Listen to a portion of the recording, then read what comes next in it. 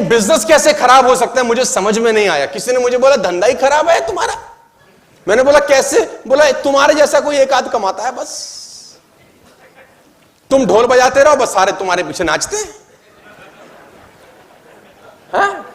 पैसा पूसा नहीं आता इसमें। बोला शुरू वाले लोग पैसा कमा लेते हैं। Prior to this I used to teach. आपको एक हाइपोथेटिकल सिचुएशन देता हूं, आप बताइए आपके लिए आसान था कि हमारे लिए आसान था? मैं उस दिन भी ट्रेनिंग में किसी को बता रहा था, कितने लोग प्रॉपर्टी से बिलोंग करते हैं, प्रॉपर्टी खरीदी है, बेची है, डीलर्स हैं और ये सब कुछ करते हैं। प्रॉपर्टी का काम किया है आप लोगों ने, ठीक है। अब आप चलिए 2005 में 2 मिनट के लिए मैं आपको मशीन में वापस लेके जाता हूं। 2005 है और आपको एक 3 BHK बेचा जा रहा है। 2005 में आपको 3 BHK बेचा जा रहा है, जबकि 3 BHK अस्तित्व में नहीं है, पेपर पे बेच रहे हैं आपको। शुरू में तो ऐसे ही बेचा जाता है ना, सोसाइटी बनी नहीं है।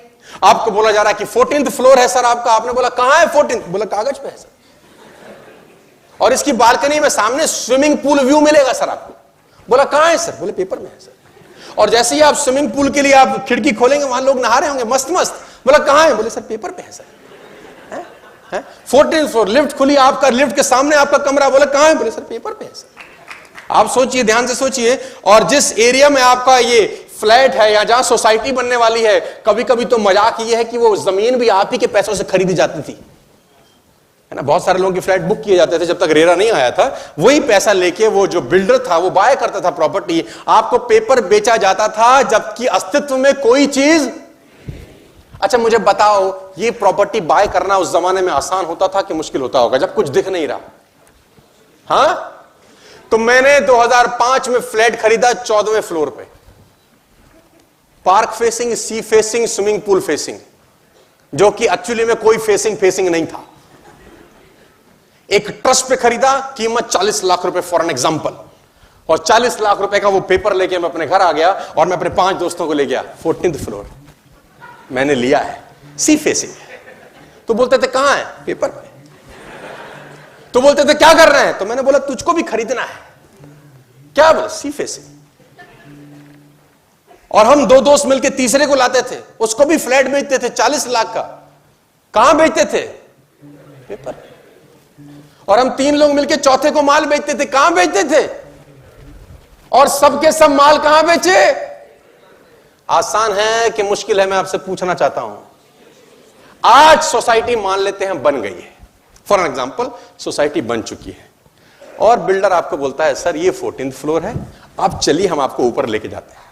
और लिफ्ट से आप गए, लिफ्ट का दरवाजा खुला, सामने आपकी एंट्री हुई रूम के अंदर, और जैसे ही खिड़की खुली, सामने सी फेसिंग है, सामने स्विमिंग पूल फेसिंग है, सामने पार्क फेसिंग है, बच्चे वहां झूला झूल रहे हैं, ऊपर से आप देख रहे हैं, लोग नहा रहे हैं, सामने मंदिर की घंटी बज रही है, एक माता वहां आरती कर रही है, आप सब अपनी आंखों से देखे हैं। अब आपको बोल रहा है यही 14th फ्लोर सर, 40 लाख का भी नहीं है, आपके लिए ऑप्शन है 25 लाख रुपए का आप खरीद सकते हैं।